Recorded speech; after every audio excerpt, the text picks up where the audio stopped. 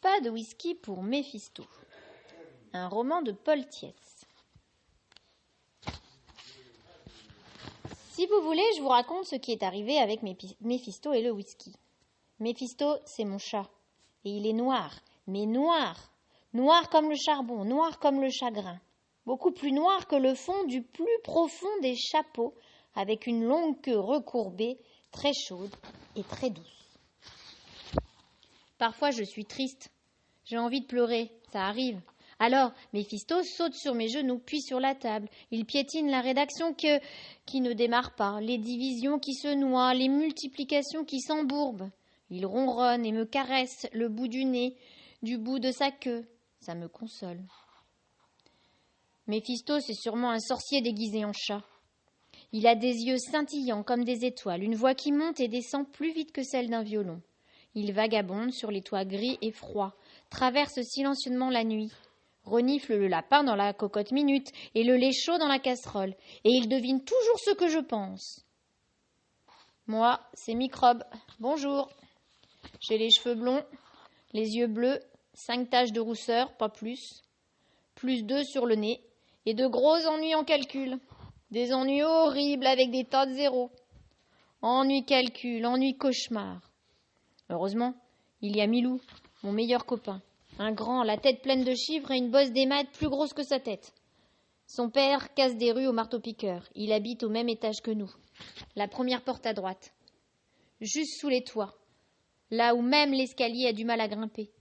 Des hivers à enrhumer un bonhomme de neige. Des étés à dessécher un dragon. Une chambre plus petite qu'une tasse de café. Maman et moi, on est en face. Notre chambre est plus petite qu'une petite cuillère. Je dors par terre et mes doigts de pied raclent contre le mur. Maman travaille au restaurant du rez-de-chaussée, à laver la vaisselle et à frotter par terre. Son patron s'appelle Monsieur Félix. Il est gentil. Et le soir, il me laisse visiter les marmites, farfouiller les restes, lécher les fonds de plats. Milou adore compter, recompter, soustraire, additionner des choux, des carottes et des robinets de baignoire. Il m'aide pour mes devoirs. Mais parfois, la prof déclenche une interrogation écrite atomique. Alors, catastrophe, je récolte un plein panier de zéros. Et Méphisto me console. Il saute sur mon épaule, se frotte contre ma joue, me raconte des histoires gentilles, et j'oublie les problèmes, et mes problèmes. Un vrai sorcier. Et puis un jour, il y a eu le cambriolage, en fâche, chez le bijoutier. 2 heures du matin, 2 coups de revolver, 2 millions envolés, et des policiers partout, au 14 rue Saint-Fiacre. Nous, maman et Méphisto, et Milou et son père, on habite au 13 rue Saint-Fiacre. Les fiacres, c'était les taxis d'avant, les taxis avec des chevaux qui tiraient et de grandes roues de bois sur les côtés. En hiver, quand la nuit tombe, je patauge dans la neige et je joue à me faire peur. J'imagine les fantômes des fiacres de la rue Saint-Fiacre. Ils grincent, ils brinquent-ballent et rebondissent. Ils grondent sur les pavés, énormes, sinistres, encapuchonnés de nuit, lourds comme des marteaux et sombres comme des fours. Et ce ne sont pas des chevaux qui les traînent, ah ça non, des panthères géantes, des pumas immenses, des jaguars et des tigres pareils à des montagnes, et noirs, noirs, pire que Méphisto, avec des yeux de braise, des crocs semblables à des sabres de feu. Et ils roulent, roulent dans la rue, galopent d'un trottoir à l'autre, me guettent derrière le coin en croquant des pavés pour s'aiguiser les dents. Et les tigres, les jaguars, les pumas de l'ombre reniflent l'odeur du chocolat dans mon cartable et celle du dernier croissant au fond de ma poche. Et surtout, l'odeur du petit microbe qui fonce vers la porte. La porte, ouf, c'est fini. Je retrouve le restaurant avec les lampes jaunes et les toiles cirées à carreaux, maman qui rigole par-dessus et les assiettes sales, et Milou à califourchon sur la rampe qui me crie « Salut microbe !» 123 par 321, combien ça fait? T'as 10 secondes pour répondre. Méphisto rôde sous les tables. Il cherche une flaque de lait, un bout de viande à un poisson en balade ou 2-3 gouttes de whisky. Méphisto, il adore le whisky. Mais il ne faut jamais lui en donner. D'abord, le whisky c'est beaucoup trop cher, Et puis ça le rend fou, dingue, ma boule. 2 gouttes et il braille à pleine gueule, sort des ongles couteaux et des griffes poignards. Il ouvre ses mâchoires pour avaler un lion entier, et il oublie tout, la viande, les odeurs, les souris, et même moi. Bon, mais aujourd'hui pas la peine d'imaginer des fiacres fantômes. Dans la rue, j'entends des sirènes, des ambulances, des journalistes, des caméras, des policiers qui suivent des traces. Des traces. Des traces qui conduisent chez nous. Alors les policiers traversent, ils envahissent le resto, flairent les assiettes, éventrent le frigo, soulèvent les couvertures des marmites, et puis les marmites, et puis les plaques de fonte sous les marmites, ils comptent les fourchettes et les tranches de jambon, les rondes serviettes et les croûtons de pain, et même les grains de sel dans les salières. Ils montent l'escalier, ils frappent à la porte, fouillent partout. Ils frappent à la porte d'en face, fouillent partout. Et au fond d'une vieille valise, ils découvrent une montagne de billets. Ils crient, annoncent aux journalistes que ça y est, ils tiennent les coupables. Le père de Miloud explique qu'il économise depuis des années pour acheter la petite épicerie au 16 en face du resto et qu'il ne faut pas faire confiance aux banques. Il préfère la vieille valise. Personne ne l'écoute. Clic, clac, les menottes.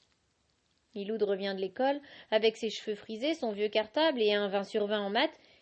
Et clic, clac pour lui aussi. Sauf qu'on le mettra dans une prison spéciale pour enfants, jusqu'au procès. Ils partent dans la camionnette bleue. La sirène me déchire les oreilles. Miloud, il comptera quoi là-bas? Les barreaux de la fenêtre? Et les jours de l'année?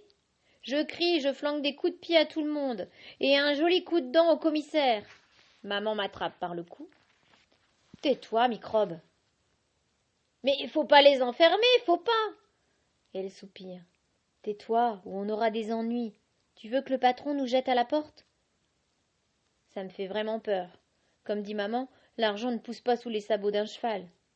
Ou sous les roues d'un fanteau fiacre. La nuit, maman dort. Méphisto dort, roulé en boule dans le coin de mon oreiller. C'est tellement silencieux que ça me brûle les oreilles. J'ai du chagrin, ça me creuse. Je commence à rêver de gigots, de frites, de glaces géantes. Je me rappelle que le plat du jour, c'était du poulet pomme sautée. Je file sans réveiller maman. Méphisto ne bouge pas. Il rêve de dessins animés ou... Enfin, le chat croque les souris. Je descends lentement l'escalier. Soudain, Méphisto arrive avec ses yeux de lune, ses oreilles effilées, la queue en point d'interrogation. On dirait qu'il cherche à me parler. Je chuchote. « Laisse-moi passer !» C'est drôle, il veut m'empêcher de continuer. Il se fourre sous mes pieds, griffe mes pantoufles, miaule d'une voix furieuse. Pourtant, je ne remarque rien de spécial. La salle du resto est plongée dans l'obscurité. De la cuisine endormie n'arrivent que des odeurs formidables. La dernière marche. Méphisto se débrouille si mal que j'écrase sa queue. Il grogne, gratte, gronde. Mais dis, tiens-toi tranquille, t'auras ta part. Il crache et recrache. De l'électricité jusqu'au bout de ses moustaches. Dans la cuisine, je déniche des brides de blanc, des bouts de cou, une aile presque entière. Je croque à belles dents quand... Une lumière. Une lumière dans la salle, derrière le resto. À cette heure-ci, un pas de loup, avec des ruses, de serpent discret comme une souris, j'avance, j'approche. Il me tourne le dos. Il compte de l'argent. Tant d'argent que même Miloud ne saurait pas calculer si loin. Et pour s'aider à compter, il s'est servi un énorme verre de whisky. Monsieur Félix, le bon monsieur Félix, le doux monsieur Félix, qui nourrit presque toute la rue. Monsieur Félix, qui a traversé la rue Saint-Fiacre avec 2 revolvers à l'aller et 2 millions au retour. Méphisto est tout raide. Sa queue ressemble maintenant à un point d'exclamation. Ses yeux ronds, pareils à des pièces d'or, me crient « Je t'avais prévenu, je t'avais prévenu !» Je retiens mon souffle, j'oublie de respirer. Je ne pense qu'à une chose, filer, disparaître, tomber dans un trou de souris, m'aplatir sous le tapis. Mais il y a le whisky. Un verre lourd et brillant, noyé sous les billets. 2 glaçons flottent sur leur petite mer dorée, s'entrechoquent doucement. Les yeux de Méphisto s'accrochent aux glaçons. Il m'oublie, il oublie tout. Il saute sur la table, renverse le verre, lave précipitamment le whisky. Le poil hérissé, les griffes enfoncées dans les liasses. En 5 minutes, il en déchire au moins pour 5 000 €. Ce chat, il aurait dû être un chat de riche. Monsieur Félix se lève, se retourne et me reconnaît. Microbe? J'ai envie de crier. C'est pas moi! Mais c'est moi, et oui, minuscule, avec les tables et les chaises qui dorment derrière moi, en troupeau comme des vaches et des moutons de bois. Méphisto miaule bizarrement, zigzag sur la toile cirée, de vilains éclairs rouges et violets au fond des yeux. Et dans les yeux de monsieur Félix, ça danse, une petite flamme méchante, brûlante, hurlante, cherchant qui dévorait. Microbe! Il respire sanglier, ouvre des mains de gorille, il avance. J'ai le choix, l'escalier ou la rue? Pas l'escalier. Maman est là-haut, il ne faut pas la mettre en danger. Reste la porte, la rue, la nuit. D'un saut, je suis dehors, à galoper sur le pavé. Courir, courir. De temps en temps, je jette un coup d'œil derrière moi. Il me poursuit en haletant, en grognant. Dans le silence qui recouvre Paris, ses pas éclatent comme des coups de feu. La rue Saint-Fiacre se déroule, étroite, ténébreuse, interminable. Plus la peine de jouer à la peur, plus la peine de convoquer des pumas monstrueux et des tigres ensorcelés, de guetter en frissonnant les roues fantômes des fantofiacres. C'est la vraie peur qui galope sur mes talons. Boulevard Poissonnière, 2 ou 3 voitures, une vague taxi, des lampadaires fatigués, des balcons endormis, et les pas précipités, impitoyables, qui crépitent dans mon dos en rafales de mitrailleuses. Boulevard Bonne Nouvelle, il me rattrape presque. Drôle de bonne nouvelle pour le pauvre microbe. La toute dernière nouvelle dont j'entendrai parler. J'en peux plus, je trébuche, je m'étale le nez par terre si violemment que mes taches de rousseur se détachent presque. Monsieur Félix me tombe dessus comme une avalanche. Il n'a rien dans les mains, ni revolver ni couteau. Pas la peine, ses mains suffisent. Il soupire, secoue la tête. Dommage, petit microbe, tu es vraiment trop curieux. Je regarde partout. En vain, le boulevard est plus vide qu'une télé en panne. Je veux crier, mais ça ne donne qu'un gargouillement minable. C'est la fin. Il répète. Dommage. Enfin, je donnerai un jour de congé à ta mère pour l'enterrement. Il fait craquer ses doigts, serre plus fort, et là, il pousse un hurlement, me lâche, saute sur le trottoir comme s'il apercevait le diable en train d'acheter un billet de loterie.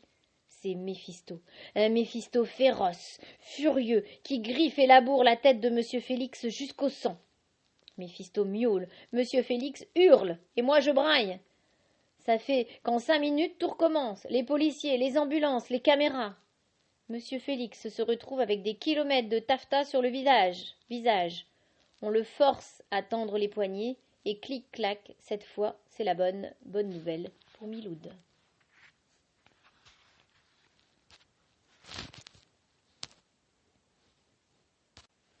Dans notre chambre, je caresse Méphisto. Il ronronne. Cet ivrogne, ses yeux brillent pareils à des diamants jaunes. Je l'embrasse sur les moustaches. Il déteste ça, mais il ne le montre pas. Il bâille, prend l'attitude innocente et respectable d'un chat distingué, d'un chat de salon, un chat de château et de chapelet, un chat en chapeau haut de forme, un chat de lady qui ne boit jamais que du thé. Yes, my dear, little boy. T'es arrivé juste à temps. Ron. Comment t'as fait? Il cligne des yeux, fait le gros dos, l'air de rêver à des jungles lointaines.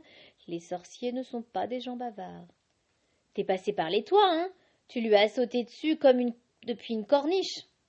Il secoue les oreilles, lèche tranquillement ses griffes aiguës.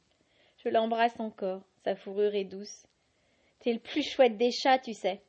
Il s'étire, se pose délicatement sur le rebord de la fenêtre et d'un bond disparaît dans l'obscurité. Juste avant de m'endormir, Je me demande à quoi ressemble son mystérieux royaume de gouttières et d'ardoises, de balcons et de cheminées. Voilà, Miloud et son père sont revenus, et ils ont acheté la fameuse épicerie. Après l'école, Miloud et moi, on aide à la vente. Il me prête une blouse bleue, tellement trop grande pour moi que je perds mon chemin entre les deux manches. Mais c'est marrant d'apprendre à me débrouiller parmi les sacs de noix et de raisins secs, les entassements de boîtes de conserve et les rangées de bocaux. Et dites donc, à force de rendre la monnaie, je deviens terrible en calcul mental. De temps en temps, on se fabrique des additions incroyables. 81 oignons, plus 256 saucissons secs, plus 625 bocaux de gelée de groseille, égale 962 cachets d'aspirine. Maman travaille toujours au restaurant, au service de monsieur qui remplace monsieur Félix. Mais elle traverse la rue de plus en plus souvent. Miloud, Méphisto et moi, on la regarde en rigolant. Mon chat sorcier ouvre tout grand ses yeux d'or et je lis dedans « Mariage, mariage !» Et pourquoi pas? On boira du champagne et du whisky pour Méphisto.